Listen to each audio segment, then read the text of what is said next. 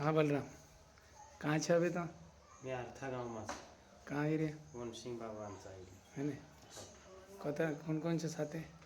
अपने पीछे ठुकन बड़े वालों से गुरु महाराज और ने मंगर गाँव गतु छे पीपल पार्टी जालू महाराज रातड़ी गतु छे कमल गुरुजी एने डून वालों से कई नाम राजाराम महाराज और रातड़ी एने जे अपने मांडवी गथा छे एने सुजान महाराज पुटी महाराज कौन बड़े वाला भी दो एक महाराजा से ओडी पीछे को तो भाईलो महाराज से एने होगी अपने पूछे नानकोड़ी से दिनेश महाराज से बामणी को हजे दिनेश महाराज को हजे सरपंच से छे त्या देखो भाई शहर में ये बाबन दरबार में बैठ रहा सब